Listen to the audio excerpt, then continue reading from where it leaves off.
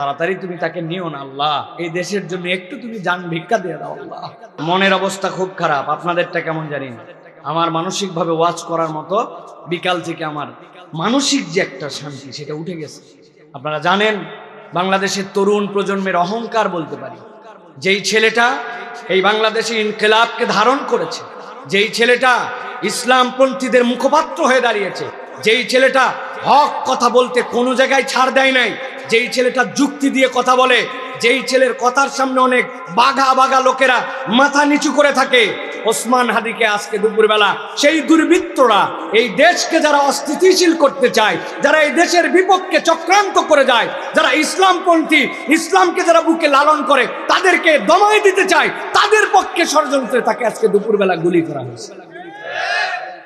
তারা মনে করেছে যে একজন দুইজন ওসমান হাদিকে থামায় দিলে মনে হয় বাংলাদেশ থেমে যাবে।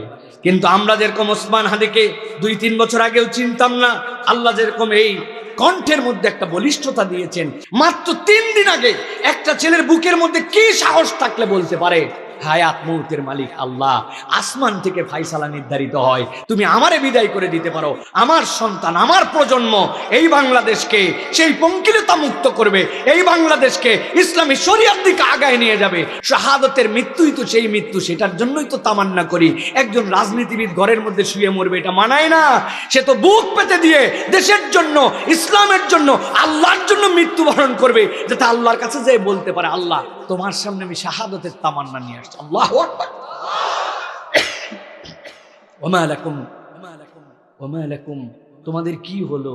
আল্লাহ বলতেছেন যে তোমাদের হলো কি যে তোমরা আল্লাহ রাব্বুল আলামিনের জন্য নিবেদিত হও না, তোমরা আল্লাহ রাব্বুল আলামিনের জন্য নিজেকে উৎসর্গিত করো না। হলো কি তোমাদের? ওমা লাকুম লা তুকাতিলুনা ফি সাবিলিল্লাহ ওয়াল মুস্তাদআফিনা মিনার রিজাল ওয়ান নিসা ওয়াল বিলদান। পৃথিবীতে দেখতেছেন আজকে জোর যার মুল্লুক তার, ঠিক না ভাই? কি পরিমাণ শোষণ আমরা দেখেছি, কি পরিমাণ দুর্নীতি আমরা দেখেছি, দেশের টাকা বিদেশে পাচার করে দেওয়া, ব্যাংকগুলাকে হাওয়া করে দেওয়া, যা ইচ্ছা তাই করে ফেলা, হুজুরদেরকে আমলে না নেওয়া, ইচ্ছা মতো মানুষদেরকে মানুষের থেকে পশুর থেকে নিম্ন ব্যবহার করা, শুধু ভিন্ন মতাবলম্বিতার কারণে তাদেরকে জেল জুলুম নির্যাতন হত্যা মিথ্যা মামলা দেখছিলাম। 2 বছরও হয় নাই, কিন্তু আবহাওয়া যেরকম যাচ্ছে আবার মনে হচ্ছে সামনে যে কি হবে আল্লাহ কেবল জানে। আমাদেরকে আমাদের ভালোবাসার লোকেরা বলে বলার দরকার নাই ভাই, এগুলো কথা বলেন না, 4টা মেয়ে আছে, বাচ্চা কাচ্চা আছে। আমরাও বলে দিতে চাই বিগত 12 বছর ওই আমলেও আল্লাহ সাক্ষী রেখে হক কথা বলা বন্ধ করি নাই। জীবন একটাই, মৃত্যু তো ওইটাই যেটাতে আল্লাহর সামনে শাহাদতের মৃত্যু নিয়ে আমরা দাঁড়াতে পারবো। এই জন্য আমরা বলে দিতে চাই ওসমান হাদিকে আল্লাহ ফেরত দেখ। আমি তার জন্য যে দোয়া করছি আল্লাহ তাকে ফেরত দেখ, যে সিচুয়েশনে আসলে ফেরত আসতে পারবে কিনা। তবে আমরা আগামী প্রজন্মকে জানাতে চাই আমাদের প্রত্যেকটা ছেলের হৃদয়ে ইসলাম দিয়ে আল্লাহর পক্ষে দাঁড়ানোর মতো শাহাদতের তামান্না নিয়ে আমাদের সন্তানদেরকে তৈরি করতে হবে। ওরা সংখ্যায় কম, ষড়যন্ত্রে তীব্র দেখা যায়। আল্লাহ বলছে ইউরিদুনা লিইউতফিউ নূরাল্লাহ, তারা চায় যে আল্লাহ রাব্বুল আলামিনের নূরকে মুখের ফিৎকারে নিভাই দিবে। ওয়াল্লাহু মুতিম্মু নূরিহি, আল্লাহ তার নূরকে পূর্ণ করবেন, এটাই আল্লাহর চ্যালেঞ্জ। ইনশাআল্লাহ আগামীর বাংলাদেশ ইসলামের বাংলাদেশ, আগামীর বাংলাদেশ কোরআনের বাংলাদেশ, আগামীর বাংলাদেশ বৈষম্যহীন বাংলাদেশ, আগামীর বাংলাদেশ ষড়যন্ত্রকারীদের মুখে থাপ্পড় দেওয়ার বাংলাদেশ। রেডি থাকতে হবে আমাদের, এর জন্য প্রজন্ম তৈরি করতে হবে। নিজের মধ্যে ঈমান না থাকলে কেমনে? বাংলার ইতিহাসে দেখছেন কোনোদিন কোন যে দল হোক, আমি জানি না, আমরা দেখি নাই, হজরের নামাজ পড়ে তার নির্বাচনের প্রচার শুরু করে? দেখছেন এই নজির? দেখছেন কোনোদিন যে কোনো এমপি প্রার্থীকে জড়ায় ধরে একজন এসে বলছে 500 টাকা রাখেন ভাই, হাঁটতে হাঁটতে পা ফুলে গেছে আপনার, এটা একটু ভ্যানে চড়েন? দেখছেন? টাকা উল্টা তারা কালেকশন করে তারে দেয়। এটা কি জন্য? ইমানের স্পিড থাকতে হয়, হৃদয়ের মধ্যে ইমান থাকতে হয়। মুখের কথায় পটর পটর করলে হয় না, দিলের সাথে সংযোগ থাকতে হয়, ওটার নাম রুহানিয়াত, ঠিক কি না? দোয়া করেন আল্লাহ আমার ওসমান হাদিকে হায়াত দারাজ করে দাও। এত তাড়াতাড়ি তুমি তাকে নিও না আল্লাহ, এই দেশের জন্য একটু তুমি জান ভিক্ষা দিয়ে দাও আল্লাহ। আল্লাহ তার যারা তার সাথে আচরণ করেছে তার প্রত্যেকটাকে আল্লাহ একটা একটা করে তুমি ধরে ধরে এই দেশের মধ্যে দেখায় দাও যে তার সাথে আচরণের কারণে আল্লাহ তুমি তার কি পরিণতি করেছো, করুণ পরিণতি ঘটায় দাও। আমি একবার হজে ছিলাম, হজে থাকা অবস্থায় আমার বাড়ি তো গাবতলী হাটের পাশে, শুনছি যে একটা গরু নাকি উঠছে বাজারে 15 লাখ টাকা দাম। কয় টাকা দাম? যারা কথা বুঝেন একটু কথা বলেন। হ্যাঁ, কত দাম? 15 লাখ টাকার গরু কুরবানির হাটে বিক্রি হয়েছে।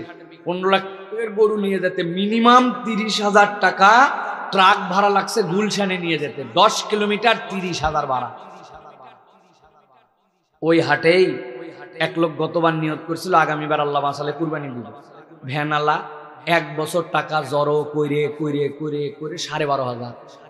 বুঝে থাকলে বলেন, কুরবানির শেষ হাটে 12,500 টাকায় যে ছাগল হয়, এটা কি ছাগল বলে নাকি অসল বলে?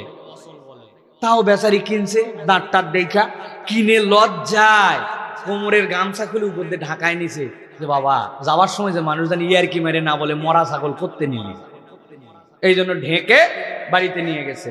বুঝে থাকলে বলেন, কুরবানি যেদিন হয়ে গেছে সকালবেলা আল্লাহ ফেরেশতাদেরকে পাঠাইছেন, ফেরেশতা 15 লাখ গরু 30,000 টাকা ঢোয়ানি, আগে চলে যাও গুলশানে। তাই তাই প্রিয় ভাইয়েরা, আল্লাহ বলছেন লাইয়ানালাল্লাহু লুহুমুহা ওয়ালা দিমাউহা ওয়ালাকিন ইয়ানালুহুত তাকওয়া মিনকুম।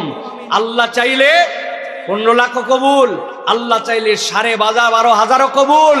কিন্তু আল্লাহ বলছেন আল্লাহ বান্দার গোশতও দেখেন না, রক্তও দেখেন না, আল্লাহ দেখেন দিল নিয়ে আল্লাহর জন্য কে হাজির হয়েছিল। 1 লাখ লোক দিয়ে কি হবে যদি তারা কোরআন শোনার জন্য না আসে? আর একজন যদি আসে দিল নিয়ে কোরআন শোনার জন্য, আজকের মাহফিল সফল, ঠিক কিনা? আমি জানি গ্রামে কয়টা মানুষ না, গ্রামে কয়টা মানুষ? উত্তর দিবেন, এ কয়টা মানুষ? এ কয়টাই ঘর? আচ্ছা, এ কয়টাই মানুষ, এ কয়টাই ঘর নয়। তাহলে জিজ্ঞাসা হচ্ছে, আচ্ছা আপনি এখানে আসতে পারলেন আর সে আসতে পারলো না কেন? জিজ্ঞাসা আছে না? ও, আপনাদের বাড়িতে আসলে তোষক নাই, আপনারা খেদা পাইরে থাকেন, তাই তো না? আর ওদের বাড়ির তোষক।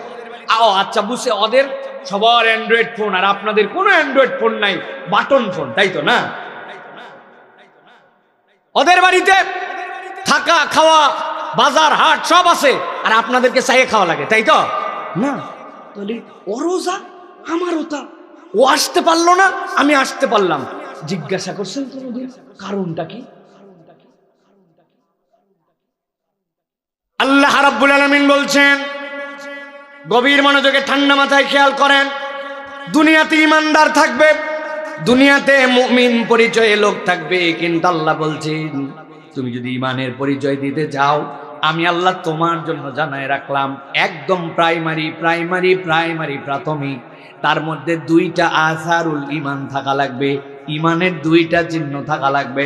আমি মুসলমান, আমার নাম আব্দুল্লাহ, বাপের নাম আব্দুর রহমান, আমার ন্যাশনাল আইডি কার্ডের মধ্যে লেখা আছে আমার ধর্ম ইসলাম। আল্লাহ বলছেন এটা তোমার ইমানের পরিচয় নয়। তোমার যদি ইমান থাকে তাহলে তোমার একটা চিহ্ন থাকা লাগবে, ইমানের একটা পরিচয় থাকা লাগবে, ঠিক কি না? একজন বলছে এদিকে আয়, উপর দিকে তাকা, তাকাইছে উপর দিকে, বলছে এই দেখ ঝোপার মধ্যে দেখতে পাস ফল? বলে হ্যাঁ দেখতে পাই। কি দেখতে পাস? এক ঝোপার মধ্যে এত বড় বড়, দেখি 100টার উপরে ফল আছে। বলছে এটাই হচ্ছে নারিকেল গাছ। তাকায় দেখছে কি রে, চিকন এরকম সাইজ, উপর দিকে পাতা এরকম। বলছে ব্যাককল, আমারে বোকা ভাবছো ব্যাককল, এটা সুপারি গাছ।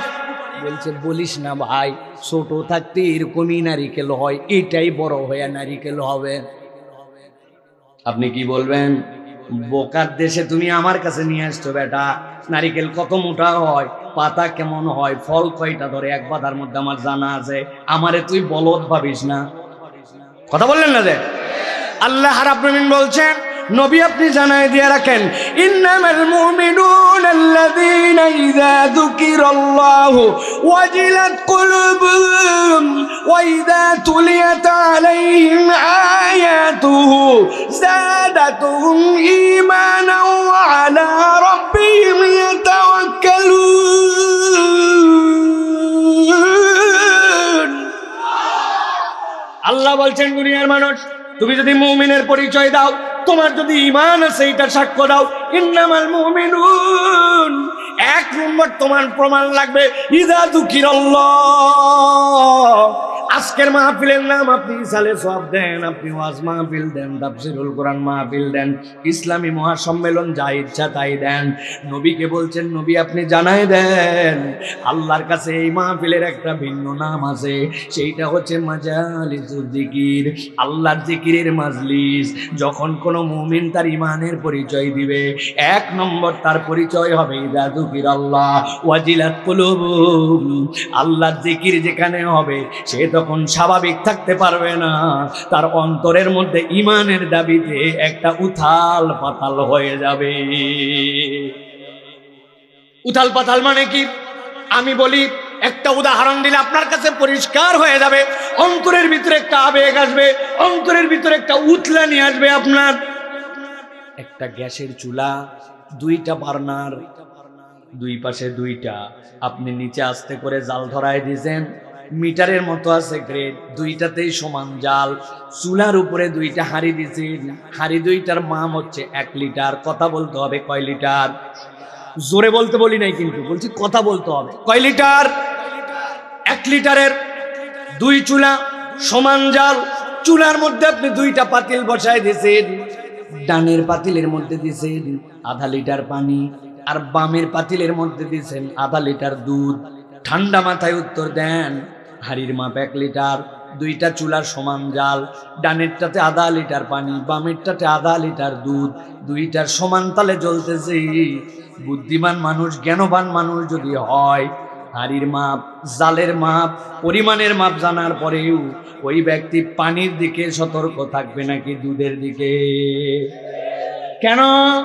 তার ধর্ম হচ্ছে পানি আগুন দিয়া জ্বলতে জ্বলতে শুকাইতে শুকাইতে এক সময় হাঁড়ি পুড়ে ফেলতে পারে, তবে দুধও শুকায় যেতে পারে। তবে তার আগে সে এমন উতলানি দিবে, দেওয়ার পরে গড়ায় পড়বে, পোড়ার একটা আওয়াজ দিবে, জনগণকে জানাবে, সুযোগ পাইলে চুলা পর্যন্ত নিভায়ে ফেলবে। 2টার মাপ 1 হওয়ার পরেও ধর্ম একরকম নয়, ক্যারেক্টার একরকম নয়, চরিত্র একরকম নয়।